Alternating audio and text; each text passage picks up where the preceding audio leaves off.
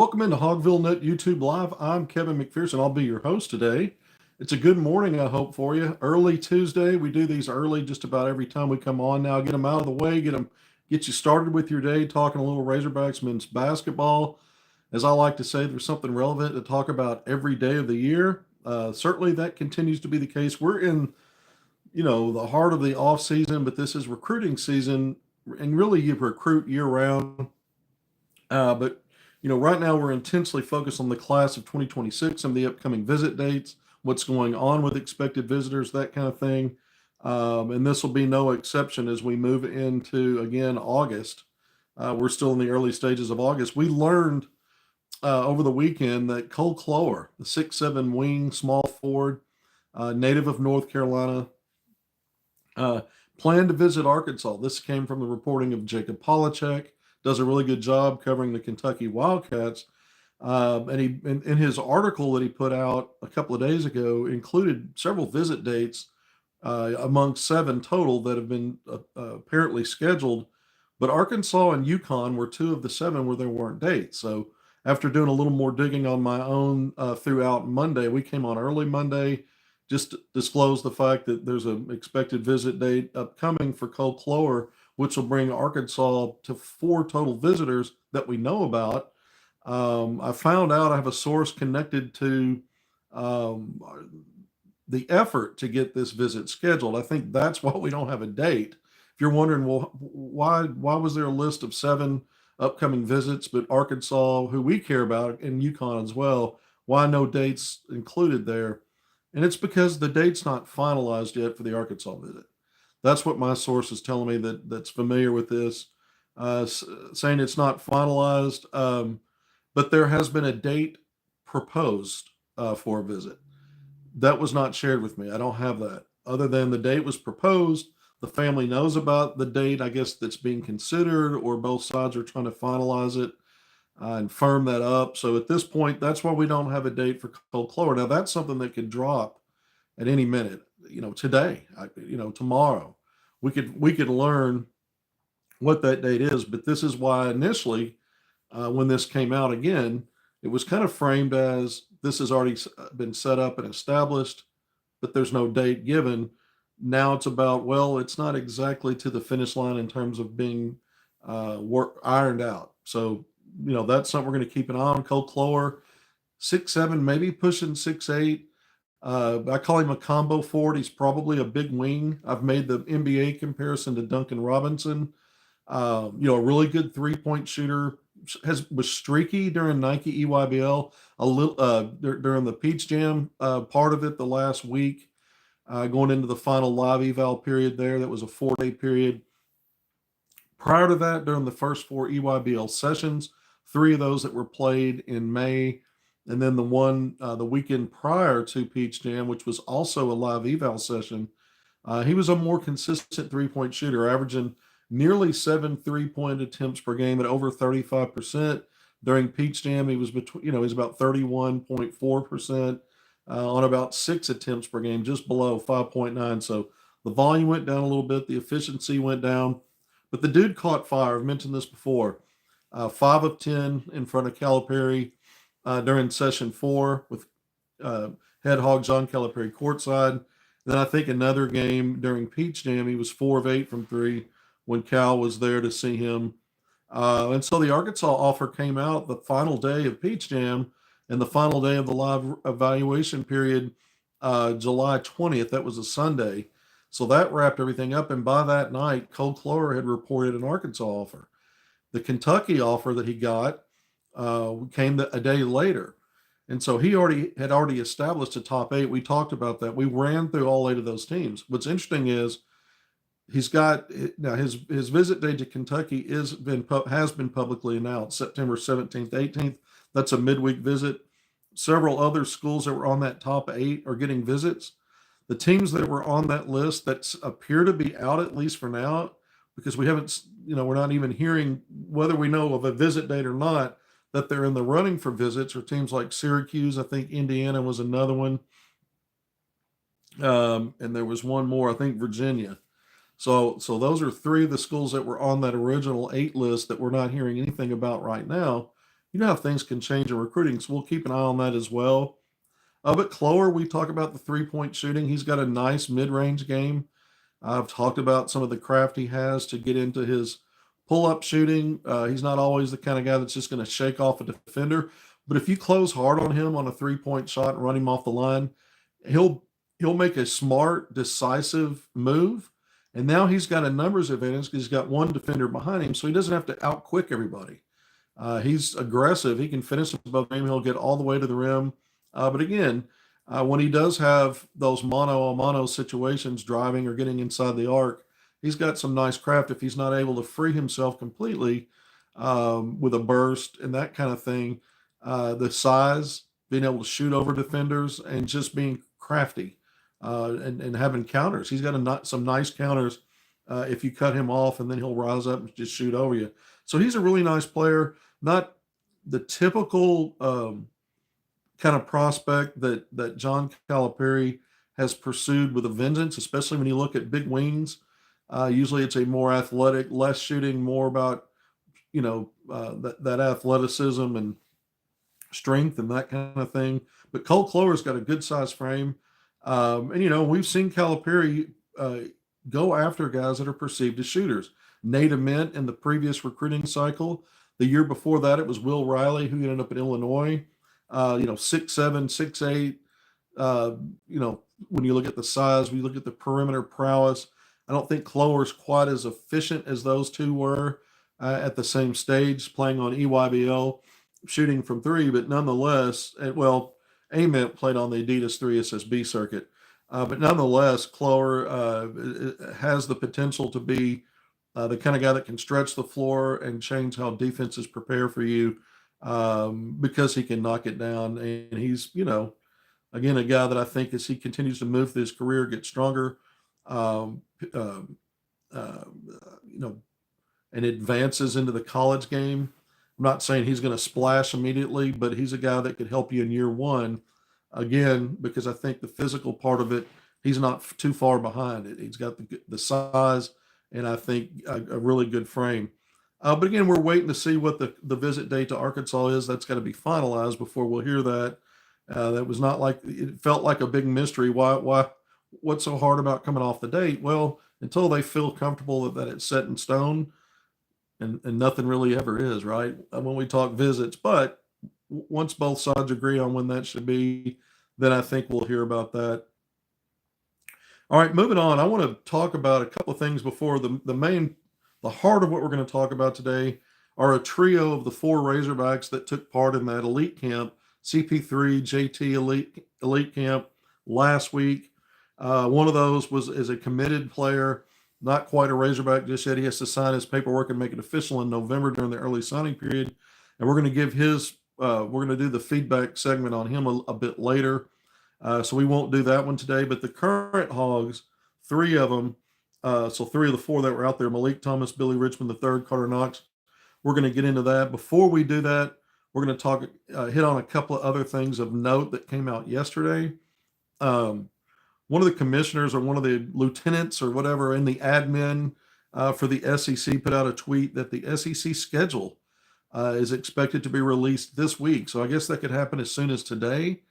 And what we're looking for, obviously, are the playing dates and maybe most, if not all, of the TV allocations and designations. And so at minimum, we'll get the playing dates. And that's always important because we know the opponents. We know who the round robin home and away opponents are.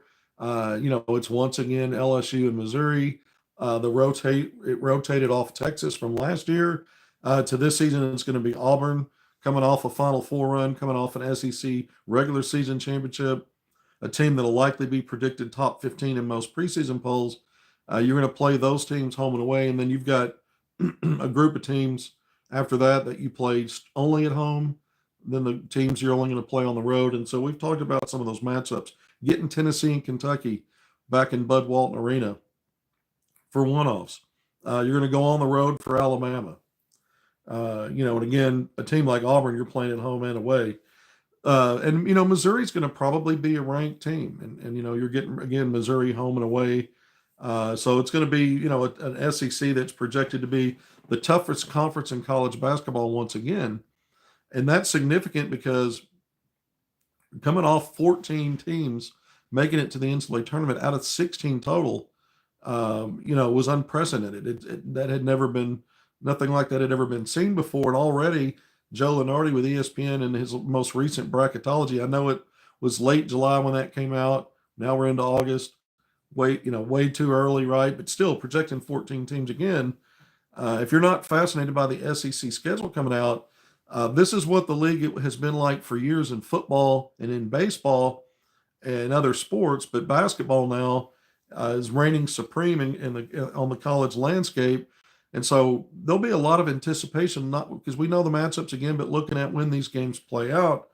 Because once the schedule's released, you're going to learn about those home. Do you have? Is there a 3-game homestand thrown in there? Every once in a while, you get one of those. Last year, Arkansas didn't have that. You had back-to-back games, and you typically go for a 2-game road swing, and it kind of went like that. So we'll see if how the road and the home and road games lay out in terms of not only something like that where do you get a stretch where you're, getting to take a breather and stay home and not travel and get that extra game. You just never know about that. But I think even bigger than that, you're looking at the how difficult are some of these road swings. When your league is that good, every road swing, every 2-game road trip will feel like it's brutal. So you're thinking, well, what's the point of waiting around? It's going to be difficult no matter how it lays out, right? If the league's that good again, and that's how it was last year.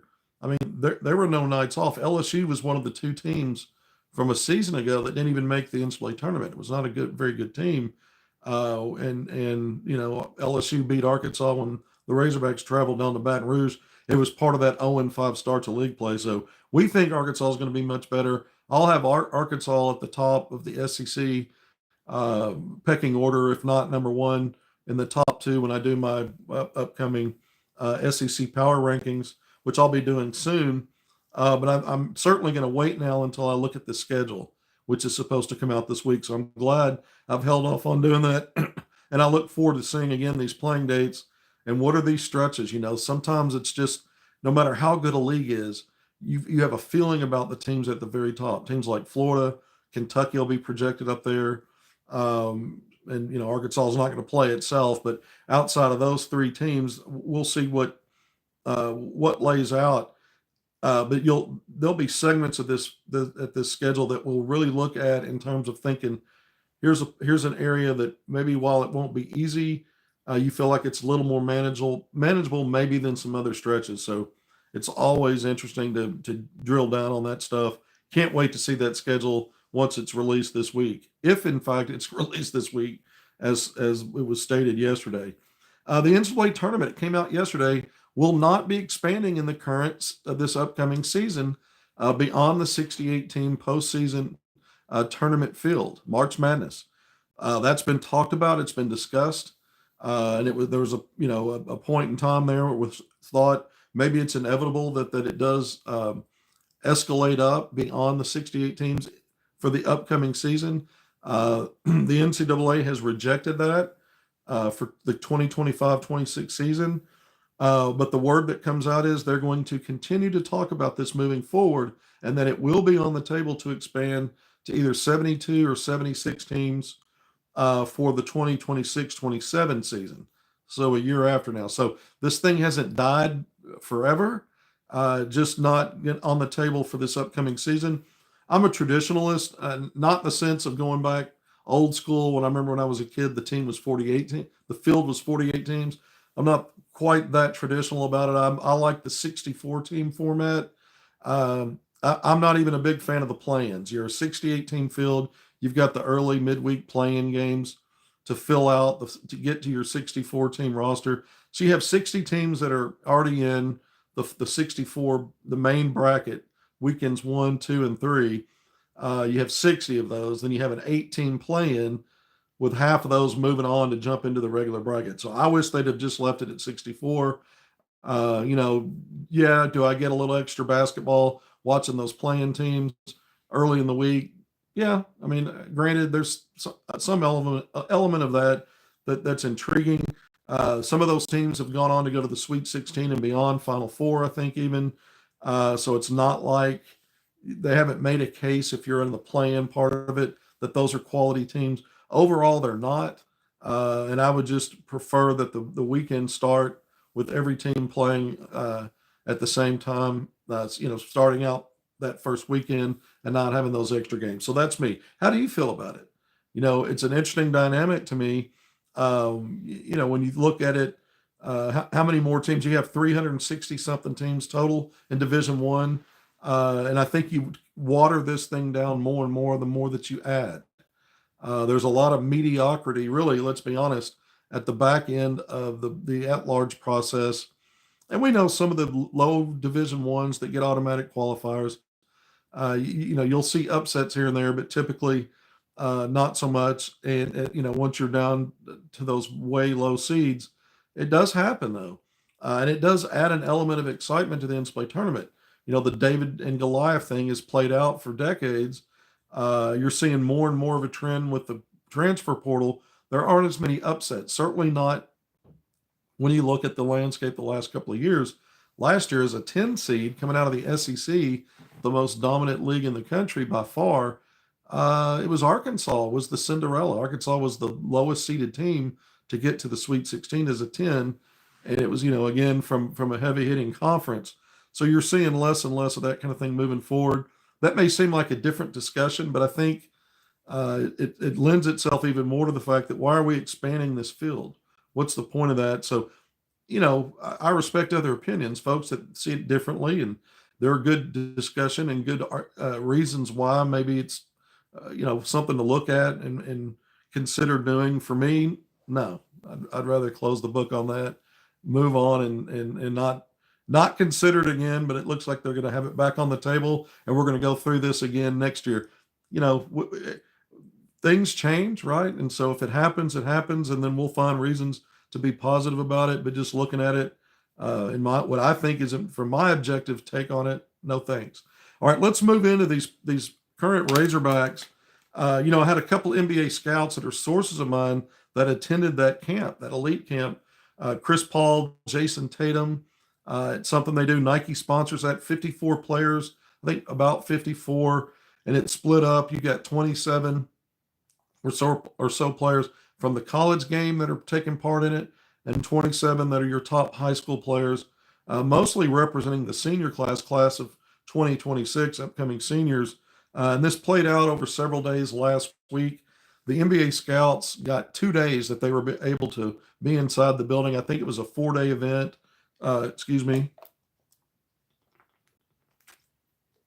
Really dehydrated on some of these segments lately. I don't know what that's all about. But you had, several Razorbacks. Malik Thomas, the incoming freshman, was really only one of a very few true freshmen incoming that have not played college basketball yet that were invited to this camp. And so he was invited as part of the CP3 lead guard, combo guard element. Billy Richmond III, Carter Knox were part of the Jason Tatum wings, small forward, combo forward, some of your stretch, your 3-4 combos. So you didn't have any centers in there. And in theory, you weren't having too many shooting guards, although you look around you look around that roster that they assembled, and a guy like Malik Thomas, to me, projects mostly as a 2, but he was referred to by the scouts and what they referred to him during this event was a combo guard. One of the most interesting things about that is when we go back to that one day that the media was invited in for 1 hour of open practice, that was back in July 9th. And I was there. So we got an hour. We had the first 15 minutes we could record, put that out to the public. So you saw some highlights. And then the last 45 minutes, we're watching what's going on. And most of the drill work, when they were starting off on one side of the court, inside the half court, doing 3-on-3 drill work, playing, and what they were doing was they were initiating 2-man action on one side, playing 3-on-3, and the ball would be started off in a lead guard spot, and it was Darius Acuff Jr., or it was DJ Wagner, or it was Malik Thomas. And we talked about that, how interesting that was, because Billy Richmond III was last season's, sort of, by default auxiliary third in the pecking order before Boogie Flan went out, lead guard, sort of a hybrid, offense initiator. But they didn't have him in that role that day for that 1 hour in practice. It was Malik Thomas. So I find it interesting that Malik goes to this camp and he's referred to there as a potential combo guard. That's interesting to me because that means potentially some shared responsibilities, initiating offense, being a primary handler at times. Not that you can't run offense through a talented offensive player like him, but the idea here is it's even more just about playmaking in those situations, but at times being your floor leader. So we'll see, players experiment with different things at different camps. He was invited. This was invitation only, so it's not like he bought his way into that place to try his hand at doing something like that. He was invited and taking part again as part of the lead in combo guards. So for him to be even framed as a combo guard, I thought was interesting, and we'll see what that looks like moving forward at Arkansas. But let's get through some of these assessments from some of these NBA scouts. Again, I had a couple there. Each one of them saw different things. But here were the notes I took and the takeaways just kind of from what they told me. Carter Knox, NBA ready frame.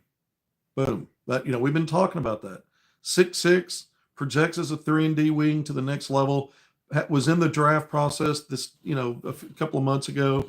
Withdrew to come back to Arkansas. That was always expected. But you hear a lot of talk about he's a potential first-round pick in the next draft after he's a 2-and-done. Potentially plays a second-year sophomore season in Arkansas. But the frame, we mentioned how fit he looks. He's already got a strong build and good size, but he's in great shape. And so the NBA ready frame, one of the notes, and this is something we saw in the second half of last season, the improvement in his shot, not just percentage and efficiency, but a lot of that had to do with the decision making. Less is more. Getting to spots, when to take shots, what are good shots, what are poor shots.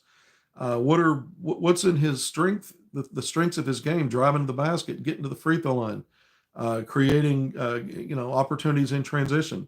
So some of the notes that came out of the camp outside of the NBA ready frame, improved shot.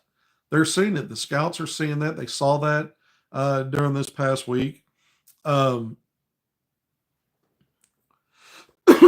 course, when they talk about him physically, the 7-foot wingspan. So I don't know if that's a measurement they took while he was out there. Excuse me. But that's what one of the scouts said that impressed him was that measurement, the 7-foot wingspan. So on a 6'6" frame, that's going to play all day long. We look at current pro Hogs, a guy like Moses Moody, that's 6'5", 6'6". He's very broad shoulder, probably has broader shoulders than Carter Knox, but also has that 7-foot wingspan. And so that's something when you're starting to show an increased skill level, when you've got good athleticism, maybe not elite athleticism, but the strong frame, you throw in that wingspan and he starts to really look like what you see a lot of in the NBA right now, body-wise. And now it's just about monitoring his skill development and progress as you move through the second season of college.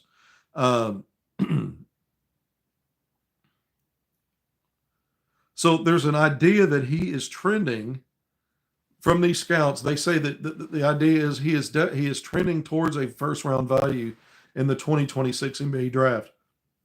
And so when we talk about a guy that looks the part of an all league potential kind of guy who's going to increase his minutes, increase his role, going to be counted on to not only deliver production, but hopefully, excuse me, guys, I'm having a rough morning here. I don't know if I'm having an allergy attack or what, but man, I didn't see this coming. But you've got Carter Knox that you're hoping. When you looked at those last 18 games, I think he ended up for that stretch over 35% shooting from three.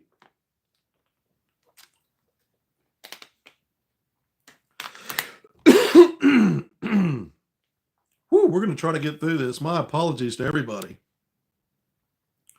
But when you looked at the efficiency shooting from distance, Carter Knox,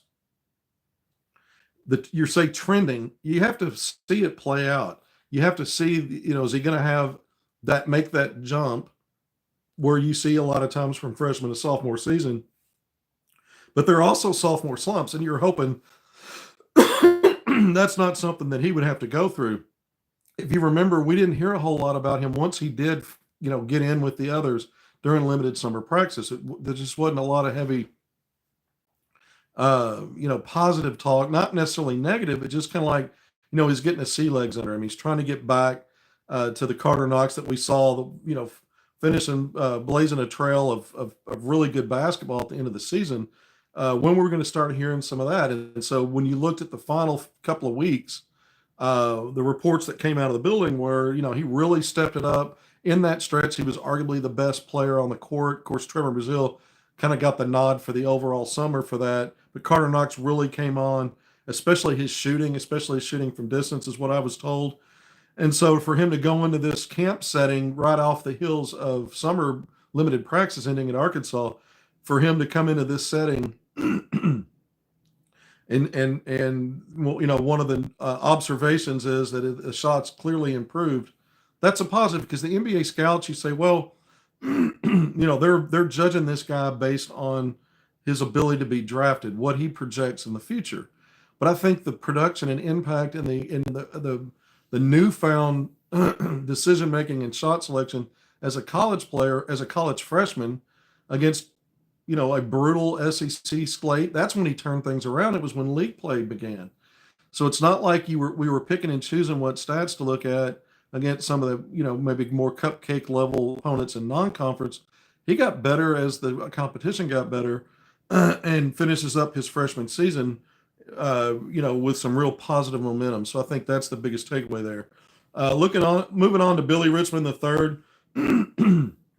Excuse me again. Athleticism, hard-nosed competitiveness. Those are the things that stood out. Well, those are things we say. And then the player that's being described, these players and what they're doing that are being described out of this event by folks in the NBA who don't see them as much as we do or hear about them as much, and get these opportunities to see them firsthand, up close and personal, and in person, they're saying some of the same things that we talk about. So what the strengths are and they pop. Athleticism with Billy Richmond III, check. Hard-nosed competitiveness. This is a guy that brings a lot of energy, both ends of the floor, can be a wild card factor defensively in a good way, can be a catalyst, just using his gifts. And Calipari talks about it all the time. He thinks he's got unique combination of stuff he brings to the floor. Well, there's an element of that these NBA folks are seeing. Again, the athleticism, hard-nosed competitiveness. They think his ball handling and shooting has potential, but must continue to develop and show refinement. And again, they're talking about him as a draft prospect. But you want to see those things at the college level because it means that he's becoming a better player and able to impact the game in even better ways if he can add to that. Now, we heard throughout the summer camp that he was shooting the ball better, shooting well, more efficiently, with more confidence. He seemed to understand what the strengths of his game are in terms of getting to spots in the mid-range that work for him. Improved three-point shooting, maybe a little more arc is what I noticed on his three-point shot. It didn't seem as flat. Remember, I was in there for 1 hour, so that's just the observation while I was there. So those are things being observed that by the NBA folks as they look at him in this upcoming season. Added strength, that was something that was noticed. We talked about that. He looked bigger. He looked bigger and stronger. And he's a fearless guy. He takes on contact and doesn't back down from challenges. So the stronger he gets, it's only going to make him more determined, and he plays a determined game anyway. So these are all positives. The opinion here is he's got breakout potential. He's got breakout potential in year two. And again, it's the perimeter skill and efficiency that are going to go a long way to increasing the production, which is what will increase his value for a draft in theory and as a potential two and done. Like Carter Knox has frequently talked about, there's a pathway for Billy Richmond III to do that. And these scouts kind of laid it out, what they see as positives, what they want to see. And you say, well, duh, we know. Did we need an NBA scout to tell us some of these things? No. But at the same time, when you go into a camp performance, it's a small window. Again, the scouts had 2 days in there. What are you showing them? Are you playing? Are you living up to the strengths of your game against other college competition? Were you lethargic at all? We don't see Billy Richmond III is coming out there and not showing up and putting some of his stuff on display, and he did that. Uh, and the obvious thing is, you know, 3 and D wing at the next level. Is he a 2? Calipari sees some primary ball handler and offense initiator in his game at the college level. Is that something that he would ever be trusted in doing at the NBA level? I think that's a stretch, and part of the reason why he was lumped in with the wings. And I don't think that the NBA folks pinpointed that, because I asked about it. He's played a little on the ball here at Arkansas. And they go, yeah, we don't see him in that role. That's not to say that he couldn't expand and do it well enough at that to maybe get opportunities like that at the next level. But with Darius Acuff and DJ Wagner in the backcourt, as long as those guys stay healthy, and we'll see if Malik Thomas is going to get any true combo guard opportunities where he's on the ball. But again, we'll see with Billy Richmond III. Calipari still talks about him in that vein, so that's important to remember. All right, 31 minutes in. We're going to wrap this up as soon as I get to Malik Thomas. I'm glad I got over my coughing fit, and I'm sure you are too if you stuck in here. Thank you for doing that. Malik Thomas, this was interesting. Intensity and competitiveness are positives. Intensity and competitiveness. So that's a positive, right? And we always said about him, he's kind of got that alpha mentality as a scorer. And he has plus tendencies on defense at times. We've talked about that. But just to hear that he went and measured himself against players that, when you look at 5-on-5 or whatever drill work where they're, you've got a defender in front of you, the college group, they played against each other. The high school part played against each other. They didn't mix and mingle. And so he was going up against guys, for the most part, that have already played college basketball, veterans, even if it's only by a year, some of them more than that, long-term veterans. But the intensity and competitiveness, and we said the reports coming out of the Performance Center is he's locked in. He's paying attention to everything that Calipari says, and he's going all out. And so, here he is in this setting. We talked about his shooting the other day as one of the initial big feedback items that came out, how he just caught fire in one of those early 5-on-5 games. But intensity and competitiveness, you love to hear that. His energy on the floor was described as unique. And, I felt that way, and I've made this comparison before. Nick Smith Jr., when he was coming in as a true freshman with the previous coaching staff, we knew that he was an electric scorer, but one of the things that was talked about, it was just his energy level at both ends. And, whether he was, fully up to snuff defensively or not, that was a work in progress, but his energy level was there. And so this is this is one of the comparisons I have with Malik Thomas and Nick Smith Jr. I've always felt like that energy is on another level, sometimes to his detriment, but also very positive. And so the energy was described as unique by one of the scouts. That was something I wrote down because that caught my attention. Deep shot maker and the ability to be a highlight reel finishing player.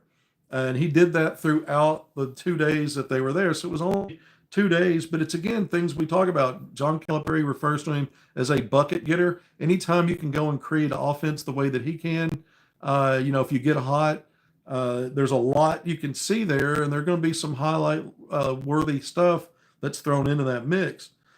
So those were kind of the positives, the upside. His upside is something that stood out. The idea that if he can drill down on, maybe eliminate some stuff and then, continue to enhance what works, he's got a chance. His upside is really good. And that's when you hear that from an NBA scout, they're talking future draft, whether that's a one and done or, a little further down the line. They're seeing a lot of positives there. There are question marks, and I guess you could perceive this as weakness or things that need to improve. Unpredictable, unorthodox, herky-jerky movement. And we've seen that from Malik Thomas since watching him at the high school level. It works for him at that level, but a lot of that is this extra movement and some of it can be, and this goes back to Nick Smith Jr., extra dribbles, extra body movement.